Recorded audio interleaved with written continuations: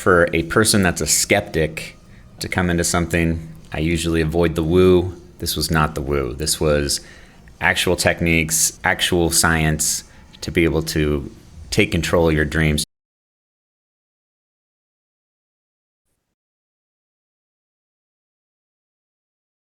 My most meaningful lucid dream from the program had to be my second one. One of the intentions that I set for this program of why I wanted to learn to lucid dream was specifically to counter a negative pattern of powerlessness that I've had in some of my dreams. One of them is where I am in a situation where I need to try to stop someone from doing something and I can't. I'm being crushed by something. Someone's hand is coming down. Maybe they have a knife in the nightmare version of this. But ultimately, when I go to stop them or raise my arm against it, my arms don't move and they're powerless. I don't have any strength.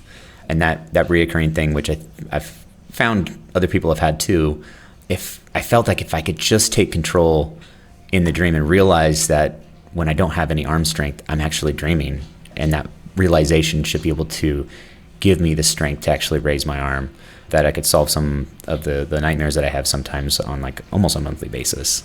I was intentionally trying to make powerlessness a key indicator that I was sleeping, a reality check, if you will. If I can't raise my arms, if I feel powerless, ask myself, am I dreaming? And in my second lucid dream, the most meaningful lucid dream I had, I was able to do that. I had a situation where I had a drill instructor, a really nasty person, very tall, very strong, very almost demonic personality, was just bearing down on a group of us. And I'm ex-military, so this is something that I could easily have, imagined from a memory, or it could be a dream. And in this situation, I had the drill instructor, ransacking the place. And in a normal situation, if I said no, they would come attack me or come yell at me, and there was nothing I could do about it because my arms wouldn't move. But in this case, I was able to say stop. And when the drill instructor turned around and barreled towards me, I just raised my arm, which I normally can't do, and I said stop. And the drill instructor stopped in his place. He looked confused, like, how did I do that? And I realized, how did I do that? And so it was actually from that moment that triggered me that I am dreaming. And I started really exploring the space on that. I walked outside, I flew a little bit, just hovered, and then I made a desolate beach have like green life and growth. I just said, make that soil, and soil came down, and I said, green stuff come up, and trees and plants started growing. And it was an incredibly awesome experience to be in the dream world and actually control it. And I got a little too excited in it, and I ended up waking up from that. But it was a pretty cool 5-minute experience.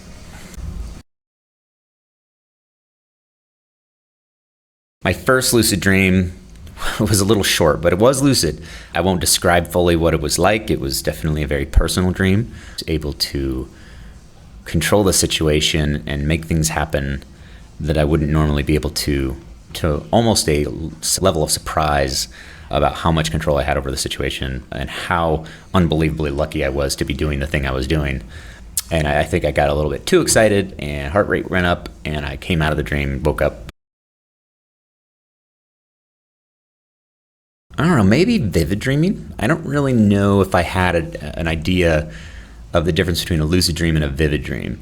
I often thought, like, I've had vivid dreams. I've had dreams that felt real, felt like it was the real world. But from the program, there's a clear distinction of axes. One is how much power do you have in the dream? I've had powerful dreams. But also how much awareness you have in that dream. Just because I have Neo-like powers doesn't mean I'm aware that I'm dreaming. And those two things have to come together before you really can say that it was lucid. Let's just get it out of the way. I feel like the lucid dream is the fun experiment, the thing I chased. The thing I really got out of it was a better sleeping practice. Just the prerequisites to lucid dreaming are a good night's rest, going to bed early, not drinking caffeine too late, putting the phone away, setting intentions on what I want and how long to sleep. And just doing that has made my sleep a lot better. I think that's the byproduct. That's actually the thing that probably will continue to deliver the most value from the program. honestly how easy it could be to have a lucid dream. I think some people have talked about it takes years of practice to do something like this. It took me like 8 days. I think in the first week I had a lucid dream. And it did surprise me how easy it was to actually achieve. Not that it was easy to do every time. There's a lot, you got to learn the patterns of what makes a lucid dream possible, and it usually means going to bed correctly. I think if I could name one moment, it would be realizing that there was a different type of memory that I could practice, and that is remembering to remember. Just this idea that I want to practice a habit in my waking world that it carries over into my dreaming world. A habit such as looking at my hand and counting the fingers on them. 1, 2, 3, 4, 5. Reality check. Am I dreaming?